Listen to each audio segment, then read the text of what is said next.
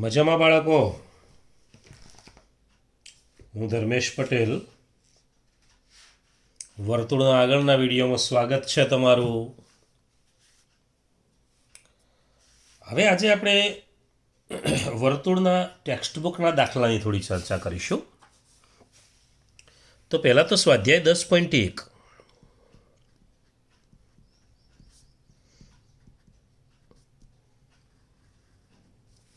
એમાં ખાલી જગ્યાઓ અને ખરા ખોટા આપ્યા છે.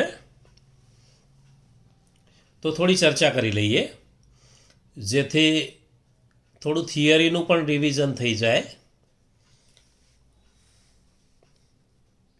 દાખલો 1,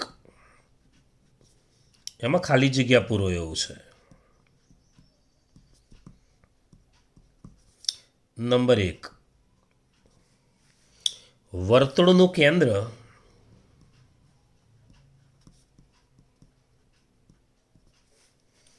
વર્તુળના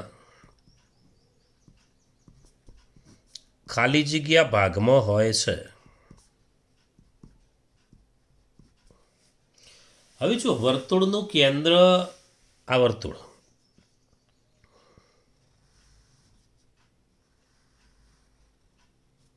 કેન્દ્ર. હવે આ કેન્દ્ર છે એ વર્તુળના અંદરના ભાગમાં છે, તો વર્તુળના અંદરના ભાગમાં હોય. બીજી વાત, વર્તુળનું કેન્દ્ર એ વર્તુળનું બિંદુ નથી. આ ધ્યાન રાખવાનું. વર્તુળના બિંદુઓ આ જે ગોળાઈ દેખાય છે એના ઉપરના છે એ જ વર્તુળના બિંદુઓ. આ અંદરનું બિંદુ છે, આ બહારનું બિંદુ છે. આ અંદરનું બિંદુ, આ બહારનું બિંદુ, આ વર્તુળના બિંદુઓ. એટલે કેન્દ્ર ક્યાં છે? અંદરના ભાગમાં. એટલે વર્તુળનું કેન્દ્ર એ વર્તુળના અંદરના ભાગમાં હોય છે. બીજું, જે બિંદુનું વર્તુળના કેન્દ્રથી અંતર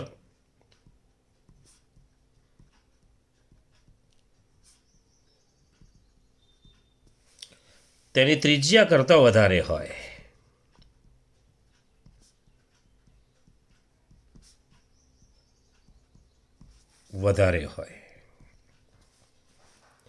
તે બિંદુ વર્તુળના ખાલી જગ્યા ભાગમાં છે. જોઈ લઈએ. ચાલો, જે બિંદુનું વર્તુળના કેન્દ્રથી અંતર, આ વર્તુળનું કેન્દ્ર, એનાથી જે બિંદુનું અંતર ત્રિજ્યા કરતાં વધારે જોઈએ, આટલે સુધી ત્રિજ્યા, પણ આના કરતાં વધારે અંતર છે એટલે 12 છે. સારું, ત્રિજ્યા કરતાં ઓછું અંતર હોય તો એ બિંદુ અંદર હોય. આવી રીતે જુઓ, અહીંથી કેન્દ્રથી માપીએ અને ત્રિજ્યા કરતાં ઓછું અંતર હોય તો અંદર હોય, અને ત્રિજ્યા જેટલું જ અંતર હોય તો ઉપર હોય. 3 શક્યતાઓ થાય. તો જે બિંદુ વર્તુળના કેન્દ્રથી ત્રિજ્યા કરતાં વધુ અંતરે છે એ વર્તુળની બહાર, ત્રિજ્યા જેટલા જ અંતરે છે એ વર્તુળની ઉપર, અને ત્રિજ્યા કરતાં ઓછા અંતરે છે એ વર્તુળની અંદરના ભાગમાં. આપણને એમ કહ્યું છે કે કેન્દ્રથી અંતર ત્રિજ્યા કરતાં વધારે છે, તો ત્રિજ્યા કરતાં વધુ આગળ જઈએ, અહીંથી ચાલવાનું શરૂ કરીએ, આટલે સુધી ત્રિજ્યા છે, પણ વધુ ચાલીએ, બહાર પહોંચી જવાય તો બહારના ભાગમાં છે.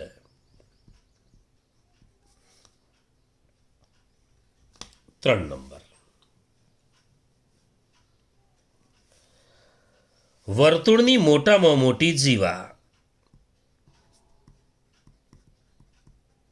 મોટામાં મોટી જીવા એટલે કેન્દ્રમાંથી પસાર થતી જીવા એમ કહી શકાય.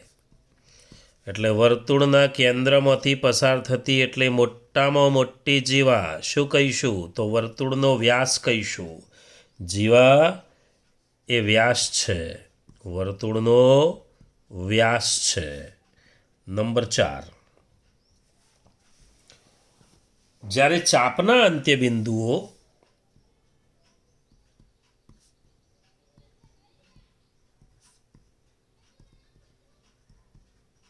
ચાપના અંત્યબિંદુઓ એટલે ચાપના બે છેડા એ વ્યાસના અંત્યબિંદુઓ હોય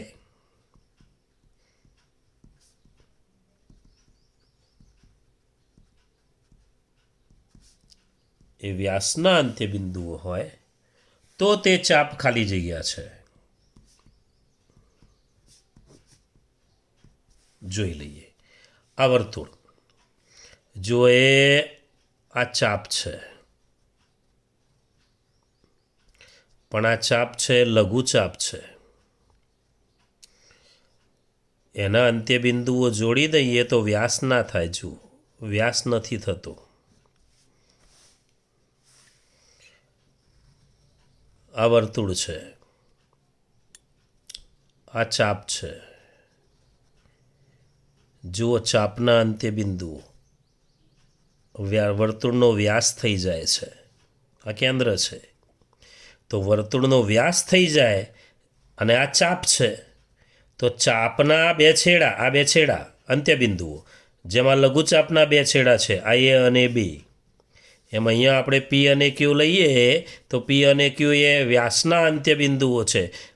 વ્યાસના અંત્ય બિંદુઓ છે, તો પછી આ ચાપ કઈ હશે? અર્ધવર્તુળ ચાપ હશે. કેવી ચાપ હશે? અર્ધવર્તુળ ચાપ. અર્ધવર્તુળ હશે. તો એ ચાપ કેવી હશે? તો અર્ધવર્તુળ હશે. 5 નંબર, વર્તુળનો વૃત્તખંડ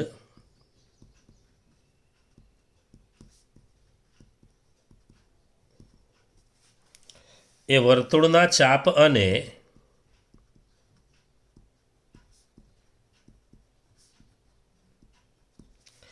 ખાલી જગ્યા વચ્ચેનો પ્રદેશ છે.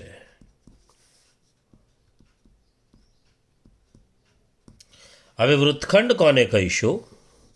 તો જુઓ, એ આ વર્તુળ, આ વૃત્તખંડ. ચાલો, આ લઘુ વૃત્તખંડ છે. નીચેનો ભાગ, આ બંધ ભાગ કોના દ્વારા બંધ છે? તો જીવા દ્વારા અને ચાપ દ્વારા. તો જીવા અને ચાપ બેનાથી જે બંધ ભાગ બન્યો એને આપણે વૃત્તખંડ કહીશું. એને આપણે કહીશું વૃત્તખંડ. તો વર્તુળનો વૃત્તખંડ એ વર્તુળના ચાપ અને ખાલી જગ્યા વચ્ચેનો પ્રદેશ છે. તો બીજું શું છે? તો જીવા. તો ચાપ અને જીવા વચ્ચેનો પ્રદેશ છે. ચાપ અને જીવા વચ્ચેનો પ્રદેશ છે. 6 નંબર,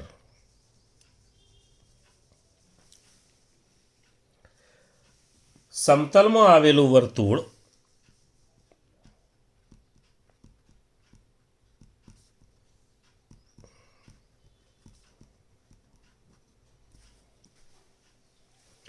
એ સમતલના ખાલી જગ્યા ભાગ કરે છે. તો જોઈ લો, આ જ વર્તુળ છે. ચલો, આ જ વર્તુળ છે, આ સમતલમાં છે. ચલો, આ સમતલ છે એક. તો જે વર્તુળ સમતલમાં આવેલું છે, વર્તુળ સમતલીય આકૃતિ છે, વર્તુળ સમતલમાં આવેલું છે. આ વર્તુળ જે સમતલમાં આવેલું છે, સમતલના 3 ભાગ કરે. એક આ અંદરનો ભાગ, એટલે વર્તુળનો અંતર્ભાગ કહીશું. આ વર્તુળનો બહિર્ભાગ, બહારનો ભાગ, અને વર્તુળ પોતે ત્રીજો ભાગ. 3 ભાગ થાય.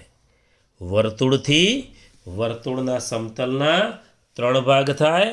વર્તુળનો અંદરનો ભાગ, વર્તુળનો બહારનો ભાગ અને વર્તુળ પોતે. વર્તુળથી વર્તુળના સમતલના 3 ભાગ થાય. વર્તુળનો અંદરનો ભાગ, વર્તુળનો બહારનો ભાગ અને વર્તુળ પોતે, એટલે 3 ભાગ થશે. તો 3 ભાગ કરે છે. ચાલો, દાખલો 2. દાખલા 2માં સત્ય અસત્ય છે. સત્ય છે કે અસત્ય?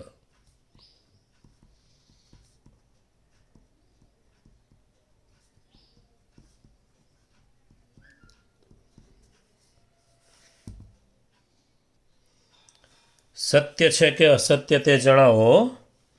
નંબર 1, કેન્દ્રને, આ કેન્દ્રને, આ વર્તુળનું કેન્દ્ર, કેન્દ્રને વર્તુળના કોઈ પણ બિંદુ સાથે વર્તુળના કોઈ પણ બિંદુ સાથે જોડતો રેખાખંડ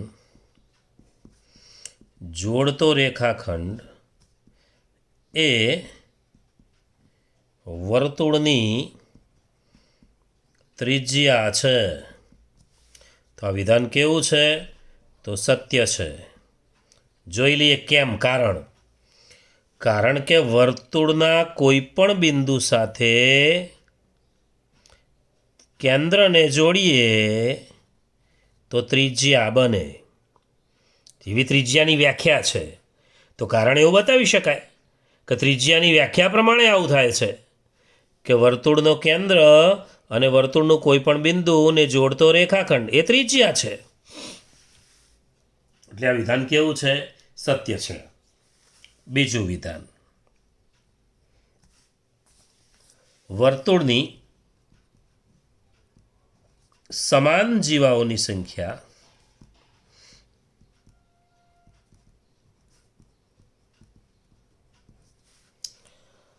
શાંત હોય છે. શાંતનો વિરોધાર્થી શબ્દ છે અનંત. તો વર્તુળની જે જીવાઓ છે સરખી લંબાઈની, માની લો કે આ 5 સેન્ટીમીટરની છે, બીજી કોઈ જીવા 5 સેન્ટીમીટરની હોય, ત્રીજી કોઈ જીવા પણ 5 સેન્ટીમીટરની હોય, ચોથી કોઈ જીવા 5 સેન્ટીમીટરની હોય, અહીંયા પણ 5 સેન્ટીમીટરની હોય, અહીંયા પણ 5 સેન્ટીમીટરની હોય. તો 5 સેન્ટીમીટરની જીવાઓ કેટલી?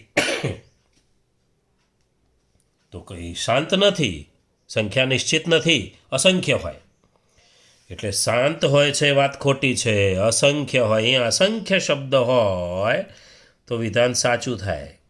નહીં તો કેવું વિધાન છે? અસત્ય છે. કારણ એટલું જ કે અસંખ્ય છે. જુઓ ને, વ્યાસ પણ જીવા જ છે. વ્યાસ પણ એક જીવા જ છે. તો વ્યાસ કેટલા હોય? અસંખ્ય હોય. વ્યાસની સંખ્યા કંઈ નિશ્ચિત નથી એટલે શાંત પણ નથી, એટલે અસંખ્ય છે. 3 નંબર, જો વર્તુળને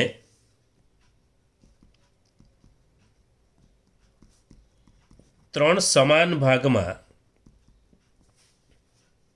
સમાન ચાપમાં વિભાજિત કરવામાં આવે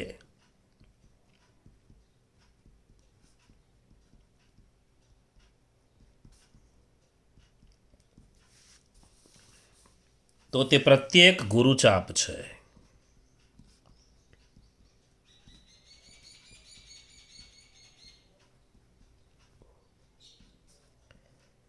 આ વર્તુળ જ છે. ચલો એના 3 સમાન ભાગ કરીએ. જો આ એક, આ બીજો, ત્રીજો, આ 3 સમાન ભાગ થયા.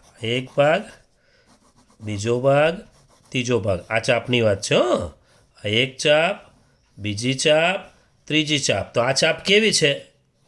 લઘુ છે. જુઓ, આ લઘુ છે, આ પણ લઘુ છે. 3 સરખા ભાગ કરીએ તો બધા ભાગ લઘુચાપ જ હોય. તો આ ગુરુચાપ છે. વિધાન કેવું છે? ખોટું છે, અસત્ય. સાચું વિધાન અહીંયા લઘુચાપ આવશે. 3 સમાન ભાગ કરીએ તો, 2 સમાન ભાગ કરીએ તો અર્ધવર્તુળ ચાપ થાય, 3 સમાન ભાગ કરીએ તો લઘુચાપ થાય. નંબર 4,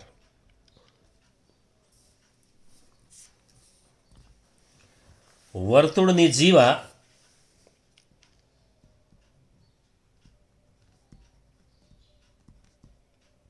કે જેની લંબાઈ ત્રિજ્યાથી બમણી છે,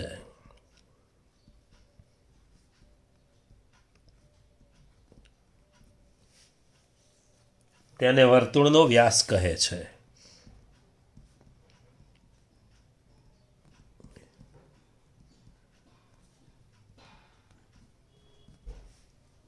વર્તુળની જીવા,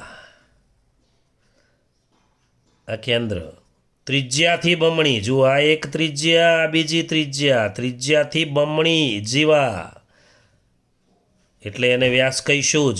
કેન્દ્રમાંથી પસાર થતી જીવા ત્રિજ્યાથી બમણી કરીએ જીવા એટલે એ કેન્દ્રમાંથી પસાર થાય અને કેન્દ્રમાંથી પસાર થતી જીવાને આપણે વ્યાસ કહીએ જ છીએ. વિધાન કેવું છે? તો સત્ય છે. 5 નંબર, જીવા અને તેને સંગત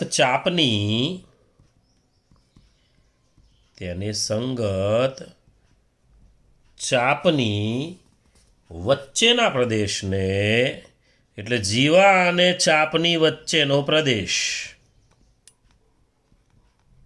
હાલ જોયો તો આપણે, આ જીવા હતી, આ ચાપ હતી, બેની વચ્ચેનો પ્રદેશ આપણે શું લખ્યો હતો? વૃત્તખંડ લખ્યો હતો. આપણને શું કહે છે? વૃત્તાંશ વચ્ચેના પ્રદેશને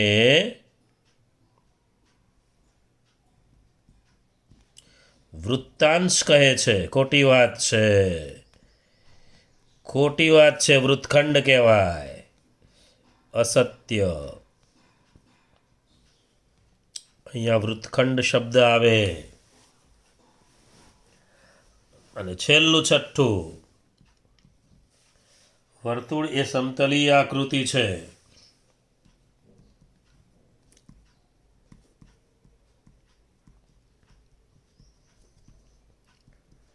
વર્તુળની વ્યાખ્યા જ છે એવી. સત્ય વાત છે. વર્તુળની વ્યાખ્યા જ એવી છે કે સમતલના નિશ્ચિત બિંદુથી નિશ્ચિત અંતરે આવેલા એ સમતલના બધા બિંદુઓનો સમૂહ એટલે વર્તુળ. એટલે વ્યાખ્યામાં જ એવું છે કે સમતલ છે, એટલે આ વિધાન સત્ય છે. હવે આપણે સ્વાધ્યાય 10.4ની ચર્ચા કરીશું. તો સ્વાધ્યાય 10.4,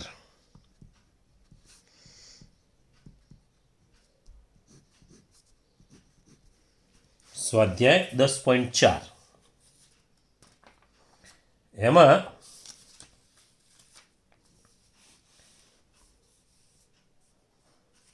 પહેલો દાખલો, દાખલા નંબર 1. 5 સેમી અને 3 સેમી ત્રિજ્યાવાળા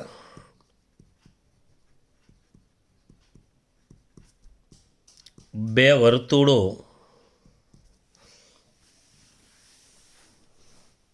બે બિંદુમાં છેદે છે.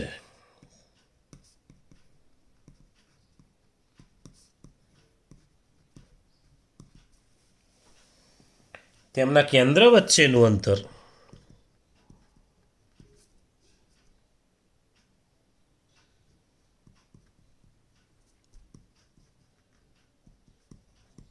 વચ્ચેનું અંતર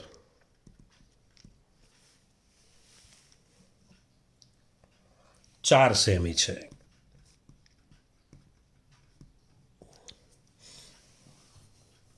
સામાન્ય જીવાની લંબાઈ શોધો.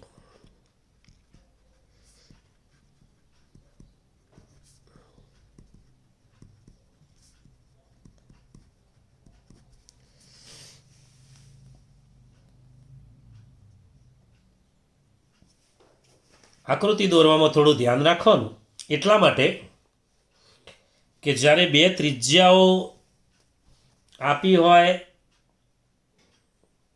અને કેન્દ્ર વચ્ચેનું અંતર આપ્યું હોય, એ ત્રણેય માપ 3, 4, 5 છે. 3, 4, 5 દાખલો પૂરો થશે એટલે બરાબર ખબર પડશે. મોટી સંખ્યાનો વર્ગ જુઓ. 5નો વર્ગ 25, 3નો વર્ગ અને 4નો વર્ગ, બેના વર્ગનો સરવાળો પણ 25. 5નો વર્ગ 25, 3નો વર્ગ અને 4ના વર્ગનો સરવાળો પણ 25. તો આકૃતિ ફરજિયાત આ પ્રમાણે જ દોરવાની. એવું થતું હોય તો તમારી બુકમાં તો આ જ પ્રશ્ન છે એટલે આવશે પણ આવો જ પ્રશ્ન, એટલે કોઈ એવો પ્રશ્ન ઊભો થતો નથી. પણ આ દાખલો હોય તો આકૃતિ આ પ્રમાણે થશે. એક વર્તુળ,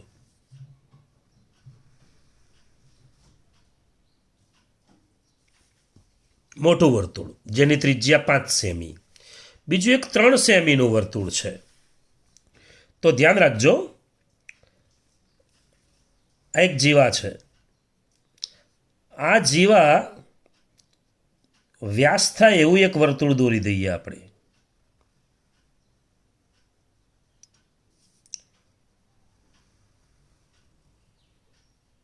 આવું એક વર્તુળ દોર્યું. ચલો, વર્તુળ દોરવામાં થોડું ધ્યાન રાખવાનું થાય.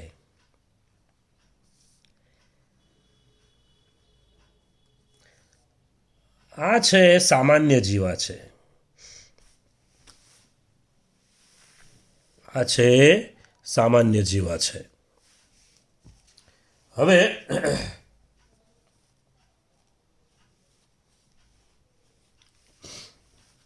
વર્તુળનું કેન્દ્ર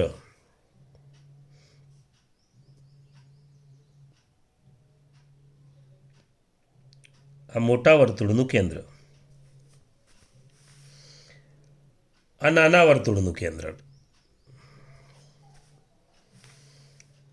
આ લંબાઈ 3 છે.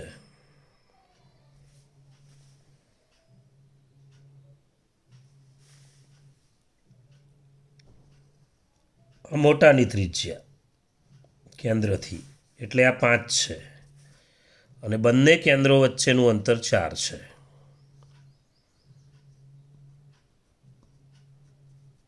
ત્રણ, 4 અને 5 નામ આપી દઈએ.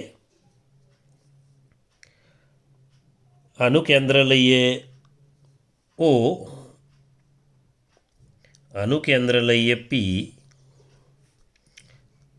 એ બી સામાન્ય જીવા લઈએ. આ સામાન્ય જીવા કહેવાય. તો પહેલાં જોઈ લઈએ.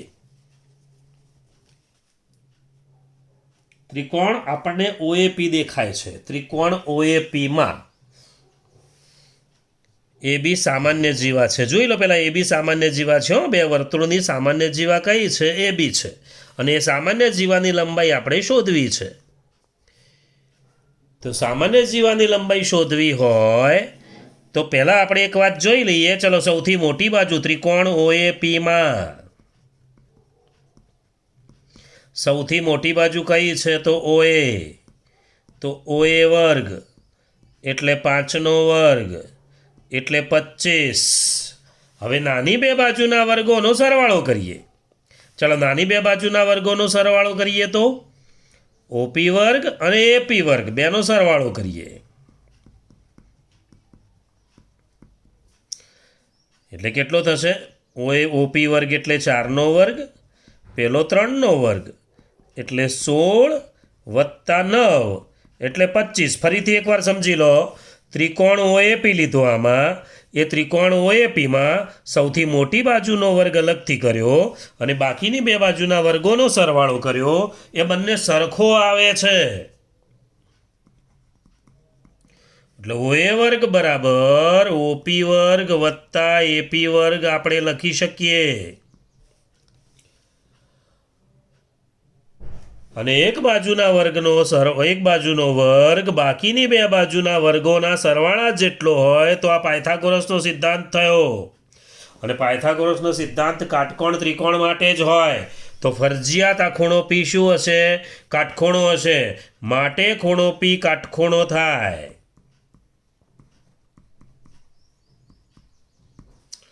ચલો, ખૂણો P કાટખૂણો થયો એટલે અહીંયા કાટખૂણો આવશે. તો હવે જુઓ, આ OP અને AB, OP કેન્દ્રમાંથી લંબ દોર્યો આપણે. જુઓ, લંબ છે, કાટખૂણો બન્યો એટલે. અને શેના ઉપર? તો જીવા ઉપર. તો OP લંબ જીવા AB એવું કહી શકાય. અને OP લંબ જીવા AB હોય તો આ OP એ જીવા ABના બે સરખા ભાગ કરે. અને બે સરખા ભાગ કરે એટલે AP અને PB બંને સરખા થાય. આ શું બતાવે છે? માટે આ OP લંબ છે. આ OP કેન્દ્રમાંથી દોરેલો લંબ અને આ જીવા AB ને દુભાગે છે એવું કહી શકાય. શું કહી શકાય? દુભાગે છે. તો OP એ બીને દુભાગે છે. દુભાગે એટલે બે સરખા ભાગ કરે. કાટખૂણો બને એટલે આ લંબ છે. જીવા આપણે આગળ વિડીયોમાં આવી ચર્ચા કરી ચૂક્યા છીએ. જોઈ લો જરાક એક વખત. આ કેન્દ્ર અહીંયા જીવા હોય અને લંબ લેવો, અહીંયા આ લંબ લઈએ તો બે સરખા ભાગ થતા. પછી આપણે પાયથાગોરસથી આવો દાખલો ગણેલો છે. અહીંયા કાટખૂણો બને. એ જ પરિસ્થિતિ અહીંયા છે, પણ અહીંયા આકૃતિ થોડી આડી છે. આ સીધી ઊભી આકૃતિ છે, પેલી આડી આકૃતિ છે. ઓપી લંબ જીવા એ બી એટલે ઓપી એ જીવા એ બીને દુભાગે છે. અને દુભાગે છે એનો અર્થ કે બે સરખા ભાગ થાય. તો આખો એ બી શોધવો હોય તો એપીનો ડબલ થશે. તો એ બી બરાબર 2AP એટલે 2 × 3 એટલે 6 સેમી સામાન્ય જીવાની લંબાઈ થાય.